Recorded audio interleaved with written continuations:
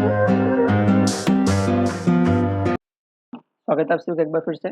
आज है day number 2 और आज हम समझेंगे इनकम है लेकिन हमेशा टेंशन क्यों हो। तो आप देख सकते हैं लेफ्ट साइड में रमेश है जिसकी एज 34 है, राइट साइड में मोहन है जिसकी एज 33 ईयर है। दोनों ऑलमोस्ट सेम एज ग्रुप के पर्सन हैं, लेकिन रमेश की इनकम 40,000 पर मंथ है और मोहन की इनकम ओनली 28,000 पर मंथ है। स्टिल रमेश हैप्पी नहीं है इनकम हाई होने के बावजूद और मोहन इनकम कम होने के बावजूद हैप्पी है।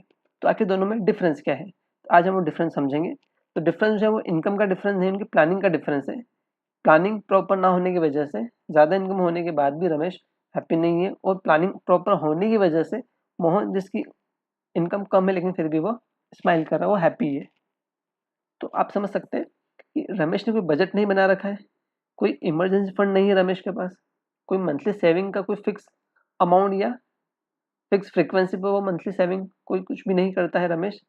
रैंडमली कभी बचा लिया, कभी नहीं बचाया, उसने पहले खर्च कर लिया, उसके बाद कुछ बचा तो उसने बचा लिया, अदरवाइज उसने कुछ नहीं बचाया। फाइनेंशियल स्टेटस उसका बहुत हाई है क्योंकि उसका कोई बजट नहीं, कोई फंड नहीं इमरजेंसी, और कोई भी फिक्स मंथली सेविंग रेकरिंग नहीं है।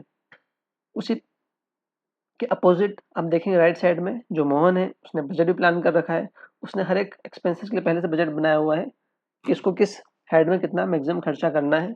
उसने इमरजेंसी फंड बनाया हुआ है ताकि कुछ अनसर्टेनिटी इमरजेंसी आती है लाइक कोविड जैसी सिचुएशन, तो वहां पर वो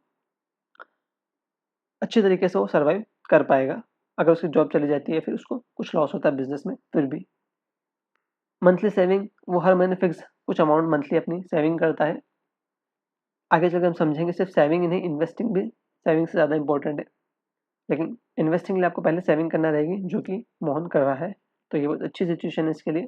फाइनेंशियल स्ट्रेस बहुत ही कम है क्योंकि बजट है, इमरजेंसी फंड है और मंथली सेविंग है।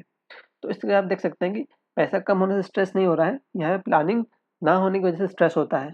तो हमें no doubt high earning per तो फोकस करना ही है, लेकिन अगर आपकी अर्निंग कम है फिर भी अगर आप बजट बना के प्लानिंग से चलेंगे तो आप फिनेंशियली कम स्ट्रेस में आप अच्छे तरीके से अपने करियर पे, अपने लाइफ में फोकस कर पाएंगे। तो मिलते हैं अगले वीडियो में अगले टॉपिक पर, तब तक के लिए नमस्कार।